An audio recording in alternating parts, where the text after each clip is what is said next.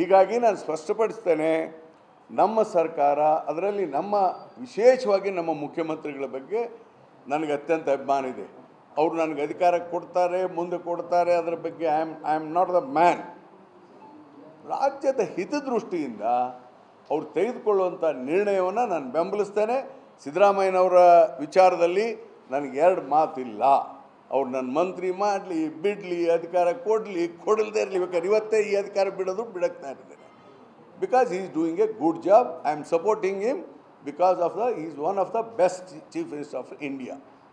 ಆದರೆ ಅದನ್ನು ತರಬೇಕು, ಕರ್ನಾಟಕಕ್ಕೆ ಒಳ್ಳೆಯ ಹೆಸರು ಬರಬೇಕನ್ನೋಂಥ ದೃಷ್ಟಿಯಿಂದ ನಾನು ಈ ವಿಚಾರವನ್ನು ಸ್ಪಷ್ಟವಾಗಿ ಅಫಿಷಿಯಲ್ ನೋಟಲ್ಲಿ ಹೇಳಿದ್ದೇನೆ ಹೊರತು ಪತ್ರಿಕೆಗೆ ಹೇಳಿಲ್ಲ, ಪತ್ರಿಕೆಗೆ ನಾನು ಮಾಡಿಲ್ಲ, ಮತ್ತು ನಾನು ಯಾವುದೇ ಪಕ್ಷವನ್ನು ದೂಷಣೆ ಮಾಡಿಲ್ಲ. ಎಲ್ಲಿ ಮೀಟಿಂಗ್ನಲ್ಲಿ ಮಾತಾಡೋಣಪ್ಪ, ಅದಕ್ಕೆ ಪ್ಲ್ಯಾಟ್ಫಾರ್ಮ್ ಇದೆ.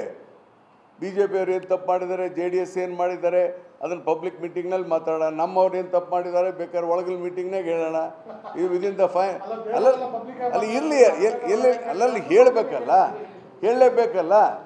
ಅದ್ರಾಗ ಏನಿದೆ, ಪಬ್ಲಿಕ್ನಾಗ ಏನು ಹೇಳಬೇಕು, ಪ್ರೈವೇಟ್ನಾಗ ಏನು ಹೇಳಬೇಕು ಅನ್ನೋದನ್ನು, ಮತ್ತು ಇಂಟರ್ನಲ್ ಪಾರ್ಟಿ ಮೀಟಿಂಗ್ ಎದಕ್ಕೆ ಕರೆದಿರ್ತಾರೆ. ಹೀಗಾಗಿ ಒಟ್ಟಾರೆ ಕರ್ನಾಟಕದ ಹಿತದೃಷ್ಟಿಯಿಂದ ಮಾತಾಡಿದ್ದೀವಿ ಹೊರತು ನಾನು ನಮ್ಮ ಸರ್ಕಾರ ಮಾಡಿದೆ ಅಂತೆಲ್ಲ. BJP ಮತ್ತು JDS ಸರ್ಕಾರ ಮಾಡಿರುವಂಥ ಮಹಾಭ್ರಷ್ಟ ಸರ್ಕಾರವನ್ನು ನಾವು ಕೊಟ್ಟಿಲ್ಲ.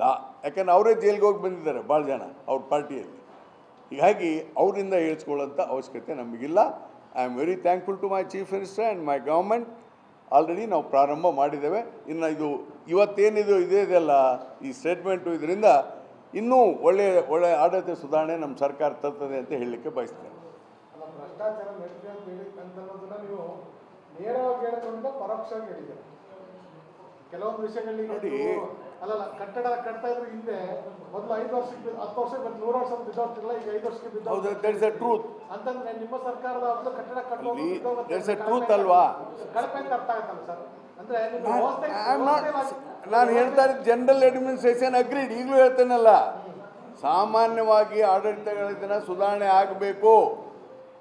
ಇದು ಕೇವಲ ಒಂದು ಸರ್ಕಾರದ ಬಳವಳಿ ಅಲ್ಲ, ಇದು 10-20 ವರ್ಷದಿಂದ ನಡ್ಕೊಂಡು ಬಂದ್ಬಿಟ್ಟಿದೆ. ಈ ವ್ಯವಸ್ಥೆ ಹೋಗಬೇಕು. ಇದಕ್ಕೆ ಮುಖ್ಯ ಕಾರಣ ಇಲೆಕ್ಷನ್ ನಾಮಿನೇಷನ್ ಕೊಟ್ಟ ದಿವಸದಿಂದ ಭ್ರಷ್ಟಾಚಾರ ಪ್ರಾರಂಭ ಆಗುತ್ತೆ.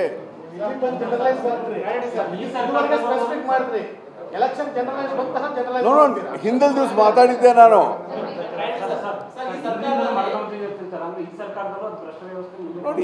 ನೋಡಿ ಒಂದು ನಿಮಿಷ, ಇದು ಜನರಲ್ ಆಗಿ ನಡೆದು ಬಂದಿರೋಂಥ ವಿಚಾರ ನಾನು ಹೇಳ್ತಾ ಇದ್ದೀನಿ. ಈಗ ಕರಪ್ಷನ್ ಯಾರಪ್ಪ ಕೊಟ್ಟವ್ರು ಯಾರು, ತಗೊಂಡವ್ರು ಯಾರು ನಮಗೇನು ಗೊತ್ತಿದೆಯಾ? ಇಡೀ ವಾತಾವರಣದ ವ್ಯವಸ್ಥೆ ಕೆಟ್ಟು ಹೋಗಿದೆ. ಅದಕ್ಕಾಗಿ ತಾನು ಈಗ ನಾವು ಕೌನ್ಸಿಲಿಂಗ್ ಯಾಕೆ ಮಾಡ್ತಾ ಇದ್ದೀವಿ? Why are bringing counselling? ಪಾರದರ್ಶಕವಾಗಿ ನಡಿಬೇಕು ಅಂತೇಳಿ ನಮ್ಮ ಮುಖ್ಯಮಂತ್ರಿಗಳು ದಿಟ್ಟ ಹೆಜ್ಜೆ ಇಟ್ಟಿದ್ದಾರಲ್ಲ, ಅದು ಹೌಸಲ್ಲಿ ಅಸೆಂಬ್ಲಿಯಲ್ಲಿ ಇಡುವಂಥ ಧೈರ್ಯ ಯಾವ ಮುಖ್ಯಮಂತ್ರಿಗಿದೆ ಹೇಳಿ ನೋಡೋಣ. ಹೇಳಂತೇಳಿ ಯಾವ ಮುಖ್ಯಮಂತ್ರಿ? ಶಾಸನಸಭೆಯಲ್ಲಿ ಏನು ಮಾಡಿರೋ ನಡೆಯಲ್ಲ. ಯಾಕಂದ್ರೆ ಅಸೆಂಬ್ಲಿನಲ್ಲಿ ಇದು ಪಾಸ್ ಆಗಿಬಿಟ್ಟಿದೆ, ಬಿಲ್ ಪಾಸ್ ಆಗಿಬಿಟ್ಟಿದೆ. ಮತ್ತೆ ಅಸೆಂಬ್ಲಿಗೆ ವಾಪಸ್ ತರಬೇಕಾದ್ರೆ ಹೀಗಾಗಿ ನಾನು ಅಪ್ರಿಷಿಯೇಟ್ ಮಾಡ್ತೇನೆ. ಇನ್ನೂ ನಾನು ಹೇಳಿದ್ನಲ್ಲ, ಎಸ್ ದೇರ್ ಈಸ್ ಈ ಡೆವಲಪ್ಮೆಂಟ್ ವರ್ಕಲ್ಲೂ ಕೂಡ ಎಲ್ಲೆಲ್ಲಿ ಕರಪ್ಷನ್ ಆಗುತ್ತೆ ಅಂತ ಚೆಕ್ ಮಾಡಿ ಅದಕ್ಕೊಂದು ಒಳ್ಳೆ ಆಡಳಿತ ಸುಧಾರಣೆ ತರುವಂಥ ದಿಟ್ಟ ಕ್ರಮವನ್ನು ಮುಖ್ಯಮಂತ್ರಿಗಳು ತರಬೇಕು ಅಂತ ಒತ್ತಾಯ ಮಾಡ್ತೇನೆ.